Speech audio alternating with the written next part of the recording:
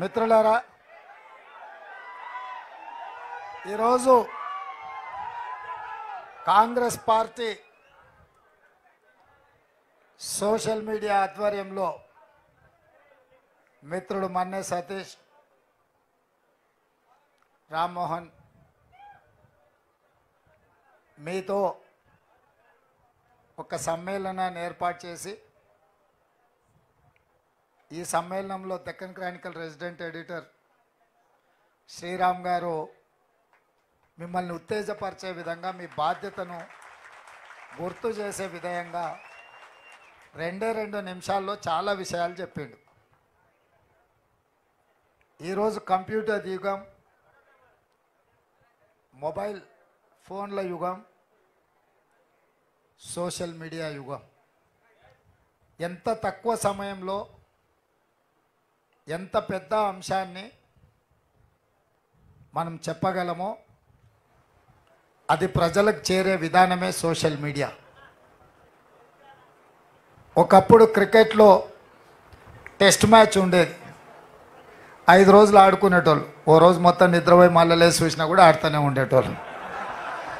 అందుకే సాయంత్రం మ్యాచ్ అయిపోయిన తర్వాత ఉండే బ్యాట్స్మెన్ని నైట్ వాచ్మెన్ అనేటోళ్ళు, అంతేనా? అంటే రాత్రంతా కాపులా ఉండి మళ్ళీ నెక్స్ట్ డే 5 రోజులు ఆడాలి, 5 రోజులు చూడాలి అంటే కష్టమని దాన్ని 1 డే మ్యాచ్ కింద కన్వర్ట్ చేసి, టెస్ట్ మ్యాచ్లు ఉన్నప్పుడు సునీల్ గవాస్కర్ ఉండేటోడు, బాగా అందరికీ పాపులర్, అందరికి అభిమాన క్రికెట్ ప్లేయర్. 1 డే మ్యాచ్లు వచ్చిన తర్వాత సచిన్ టెండూల్కర్ వచ్చాడు. సో ప్రజలు ఇంకా మార్పు, ఇంకా ఉత్తేజం కావాలి అని 2020కి వచ్చింది. ఇప్పుడు విరాట్ కోహ్లీ, ధోని, ఇంకా చాలామంది, ఇంకా కొత్తగా చాలామంది, మన క్రికెట్ తక్కువ చూస్తే క్రికెట్, మన గ్రౌండ్కి వెళ్తే కొత్త వాళ్ళు, మన వాళ్ళు కూడా మంచి ప్లేయర్స్ ఉన్నారు. అంబట్ రాయుడు నుంచి మొదలు పెడితే నితీష్ అని ఎవరు ఆడినట్టు ఉన్నాడు. నేను ఎందుకు ఈ విషయాలు ప్రస్తావిస్తున్నా అంటే, సునీల్ గవాస్కర్ మంచి క్రికెట్ ప్లేయరే, కానీ ఆట ఫార్మేట్ మారిపోయింది. ఇప్పుడు వచ్చి 2020లో సునీల్ గవాస్కర్ని ఆడమన్నా, సచిన్ టెండూల్కర్ని ఆడమన్నా కాస్త ఇబ్బందికరమైన పరిస్థితి. ఎందుకంటే వాళ్ళు ఒక పీరియడ్లో వాళ్ళ ఆట నైపుణ్యాన్ని ప్రదర్శించేవాళ్ళు. ఈరోజు ప్రతి బాల్ని hit out or get out అన్నట్టుగా క్రికెట్ మ్యాచ్ ఈరోజు ప్రతి బాల్ బౌండరీ దాటాల్సిందే. ఏ ఒక్క బాల్ బౌండరీ దాటకపోయినా ఆట గెలిపోవటంని డిసైడ్ చేస్తుంది.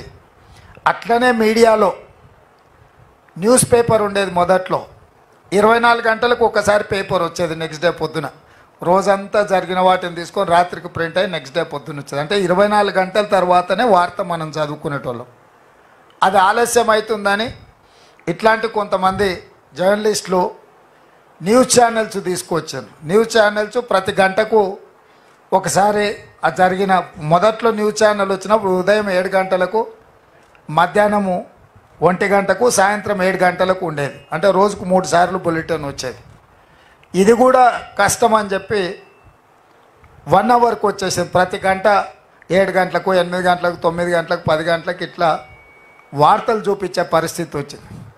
అయినా వార్తలు ఇంకా వేగంగా ప్రజలకు చేరడానికి ప్రతి నిమిషం కాదు, ప్రతి సెకండు ప్రపంచంలో ఏ మూలలో ఏ సంఘటన జరిగినా వార్తా రూపంలో బయటకు వస్తుంది.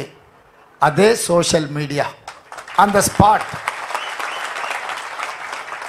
ఈవెన్ 1 సెకండ్ కూడా ల్యాప్స్ లేకుండా ఎక్కడికక్కడ ప్రజలకు తీసుకెళ్తున్న విధానమే ఈరోజు సోషల్ మీడియా. అంటే ఫార్మేట్ మారిపోయింది.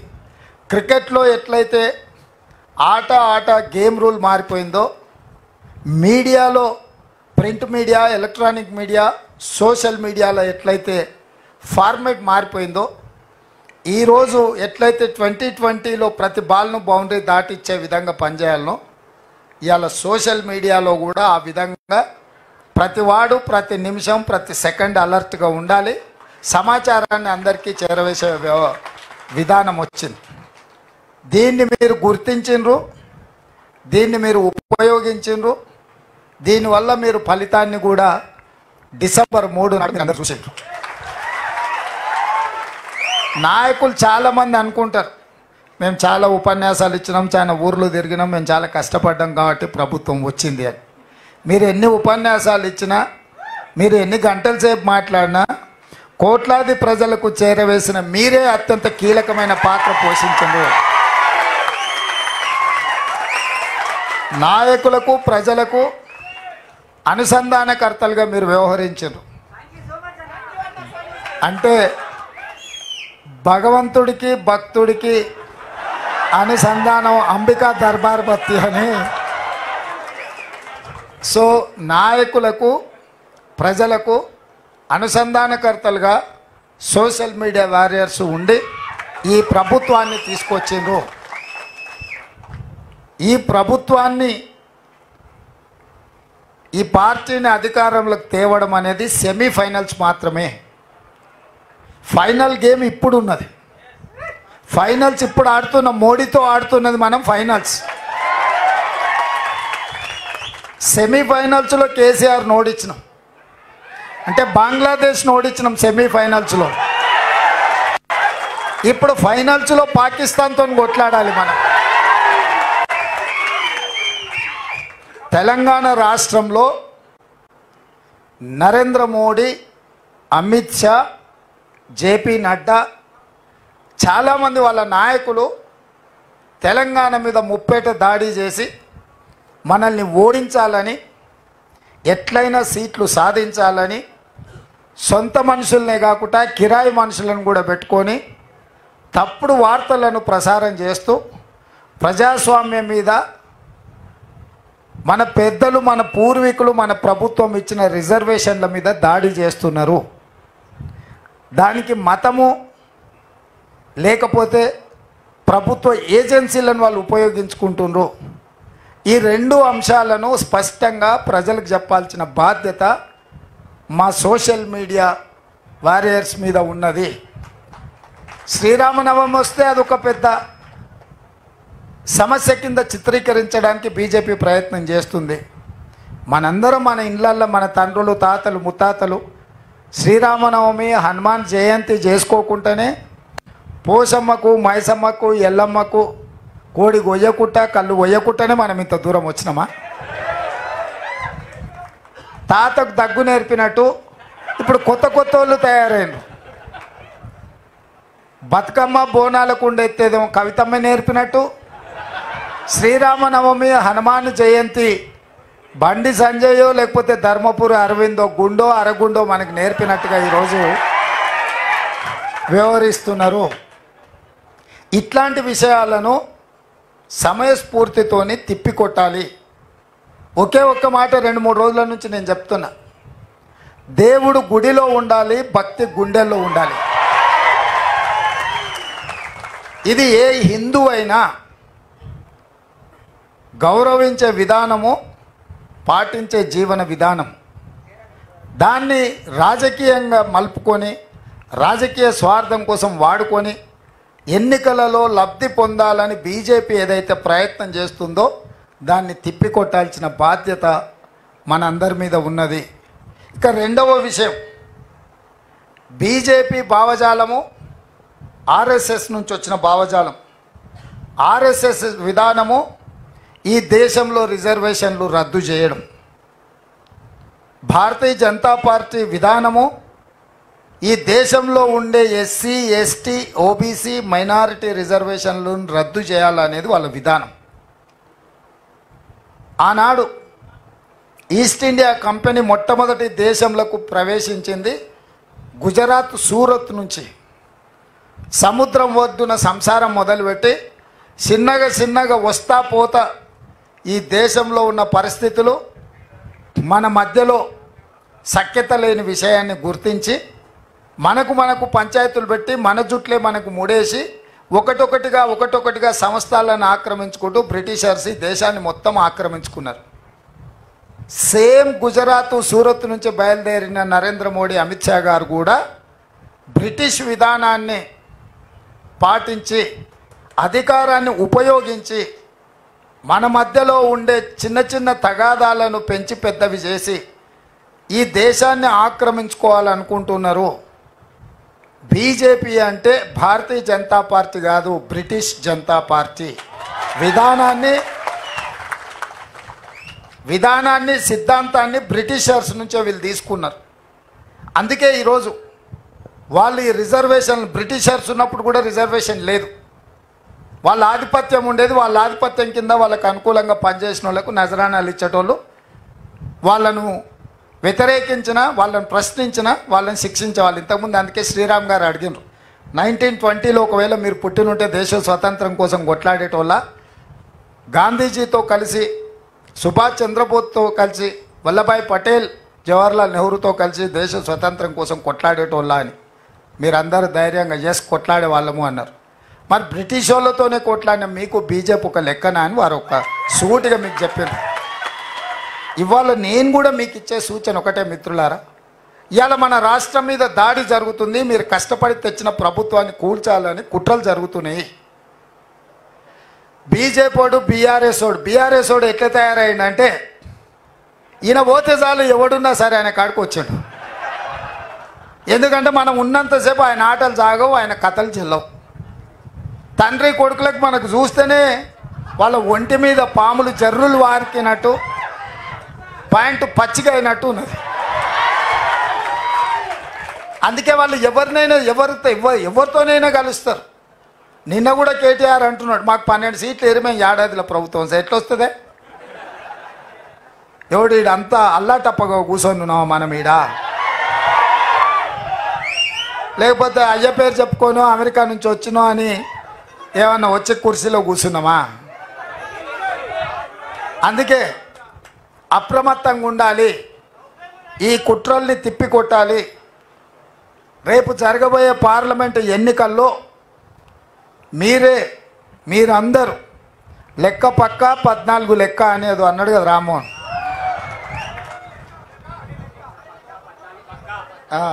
ఏంది లెక్క పక్క 14 పక్క. లేదు రామ్మోహన్ ఇంకా కరెక్టే చెప్తా, ఒకటే లెక్క 14 పక్క అని. ఒకటే లెక్క 14 పక్క. మరి ఇది చెయ్యాలి అని అంటే మొన్నటి ఎన్నికల్లో కష్టపడ్డ అనుభవం, మొన్నటి ఎన్నికల్లో మనం సాధించిన ఫలితాలు, 100 మీటర్స్ రన్నింగ్లో మనం తాడును చేరుకున్న తర్వాత రిలాక్స్ అయిపోయి చిన్నగా ఇట్లూరికి కింద కూర్చుంటాం, ఎందుకంటే మనం రీచ్ అయినామని. ఇప్పుడు మన సోషల్ మీడియా వారియర్స్ కూడా సేద తీరుతున్నారు చెట్ల కింద కూర్చొని, ఇంకా గెలిచినాం కదా అని.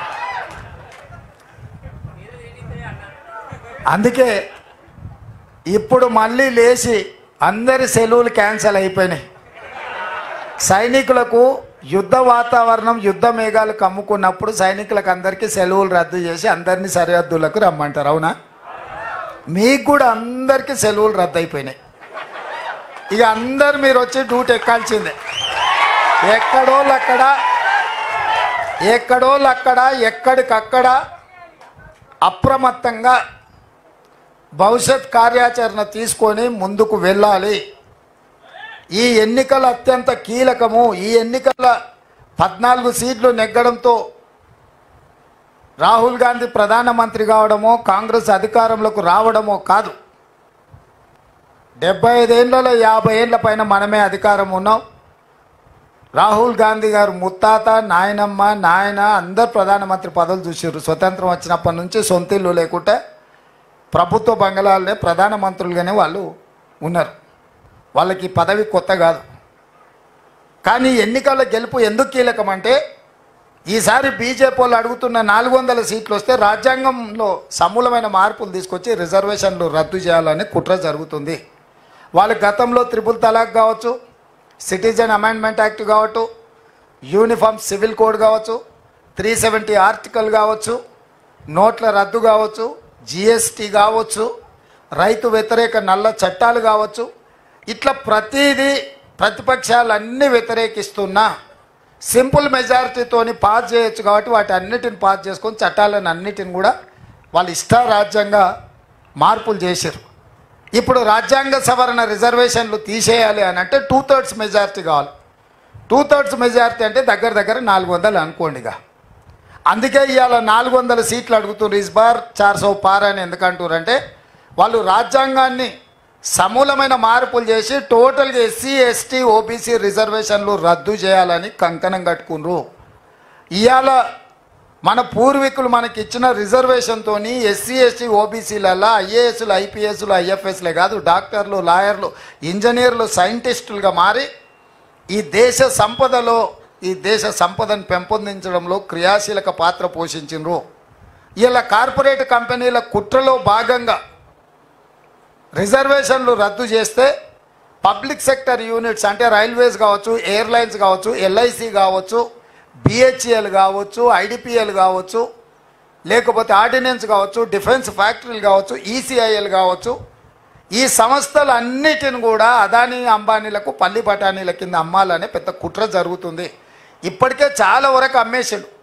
60 లక్షల కోట్ల ఆస్తులను 6 లక్షల కోట్ల రూపాయలకు అమ్మేసిండు నరేంద్ర మోడీ 10 ఏళ్ళ ప్రధానమంత్రి అయిన తర్వాత. ఇంకొక అంశం, 14 మంది ప్రధానమంత్రులు 1947 నుంచి 2014 వరకు 67 ఏళ్ళల్లో వాళ్ళు చేసిన అప్పు 55 లక్షల కోట్లు మాత్రమే. 2014 నుంచి 2024 10 ఏళ్ళల్లో నరేంద్ర మోడీ చేసిన అప్పు 113 లక్షల కోట్లు. అంటే 67 ఏళ్ళు 14 మంది ప్రధానమంత్రులు చేసిన దానికంటే డబల్ అప్పులు చేసిండు నరేంద్ర మోడీ. ఇవాళ ఈ దేశము 1,168 లక్షల కోట్ల రూపాయల అప్పులో ఉంది.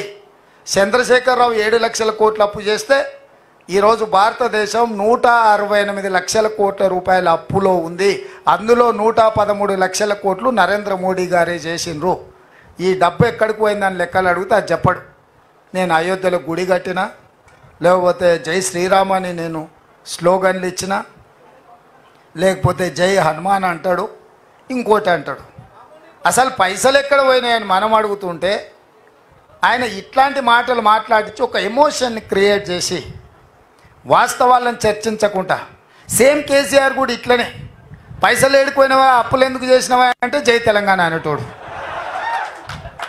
జై తెలంగాణ కాదని ఎవరు అన్నారు? జై శ్రీరామ్ కూడా ఎవరు కాదు అంటారు.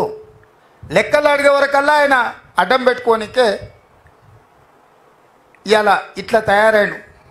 లాలూ ప్రసాద్ ఓ మాట చెప్పిండు. ఓ గాడిద ఉన్నది రజకునికి. ఆ గాడిద మీద ఒక దుప్పటి ఉన్నది, దుప్పటి మీద శ్రీరాముడు బొమ్మ ఉన్నది. అది ఊరిలో ఏ చేను మేయడానికి పోయినా ఎవరేమనేటోళ్ళు కాదు, దాని మీద దేవుడు శ్రీరాముడు కనిపించదు కాబట్టి దండం పెట్టేటోళ్ళు. గాడిద అనుకున్నది, అబ్బా ఈ ఊర్లో అందరు నన్ను చూస్తే భయపడుతారు, నేనంటే భక్తి, అందరు దండం పెడుతురు అనుకుని. ఓ రోజు ఇట్లనే దొంగ చేను మేయడానికి పోయినప్పుడు ఆ దుప్పటి చెట్టుకు తగిలి అది పోయింది. దాని మీద కప్పిన దుప్పటి లేదు, దేవుడు కనిపించలేదు. పోయి చేనులో పడంగానే గుత్ప తీసుకొని కొడితే దాన్ని నడుము ఇరిగింది. అంటే గాడిద కూడా రాముడిని దుప్పటిగా మార్చుకొని మీద కప్పుకుంటే మన ప్రజలు మంచోళ్ళు కాబట్టి చేను మేసినా కూడా దానికి దండం పెట్టిర్రు.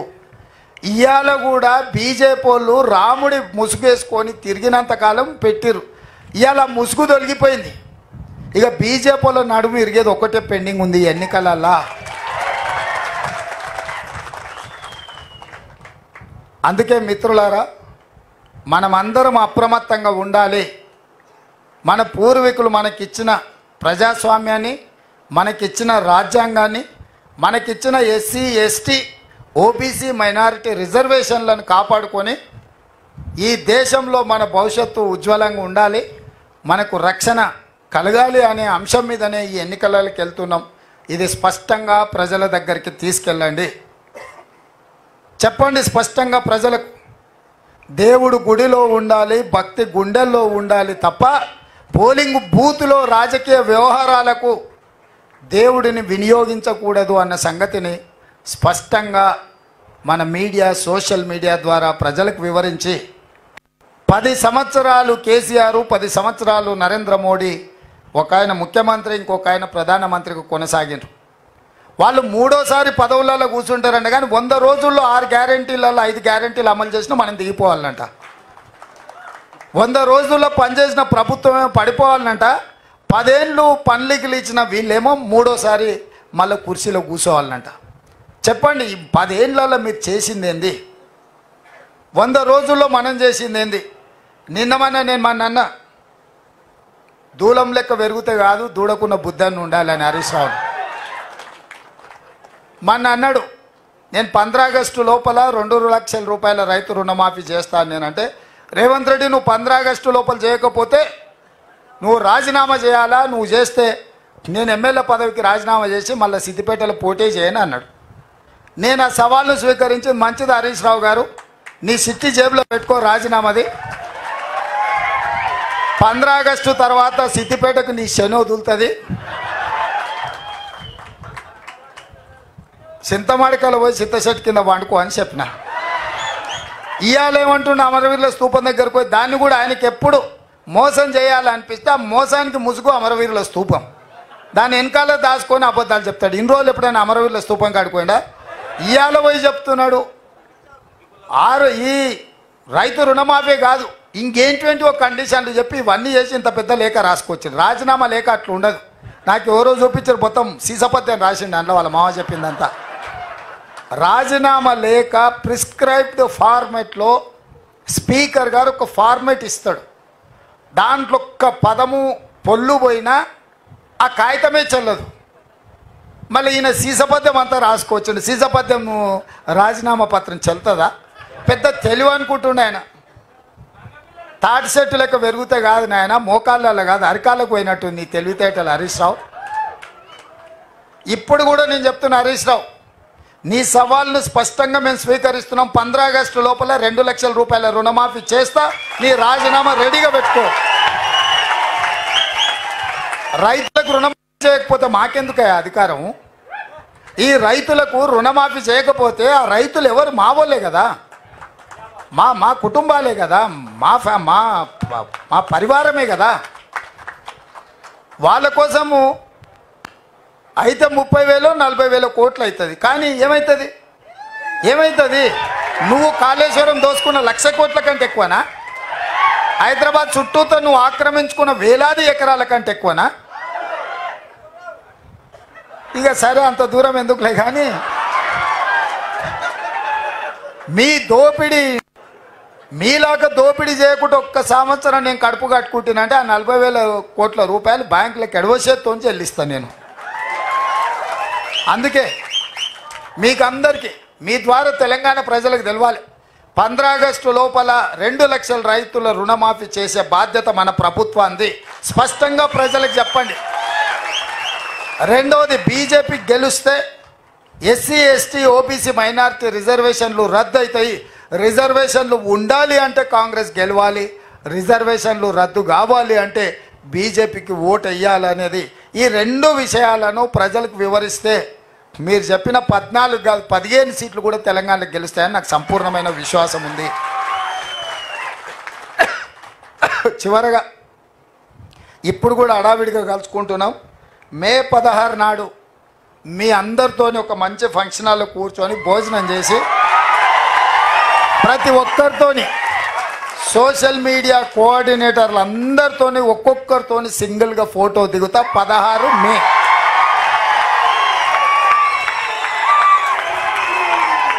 ఇది నా గ్యారంటీ.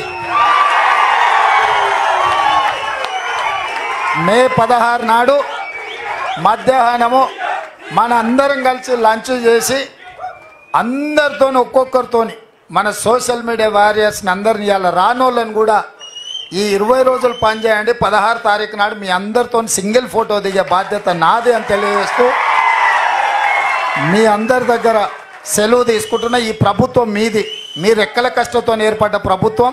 ఈ ప్రభుత్వాన్ని కాపాడుకునే బాధ్యత కూడా మీదే అని తెలియజేస్తూ మీ దగ్గర సెలవు తీసుకుంటున్నా.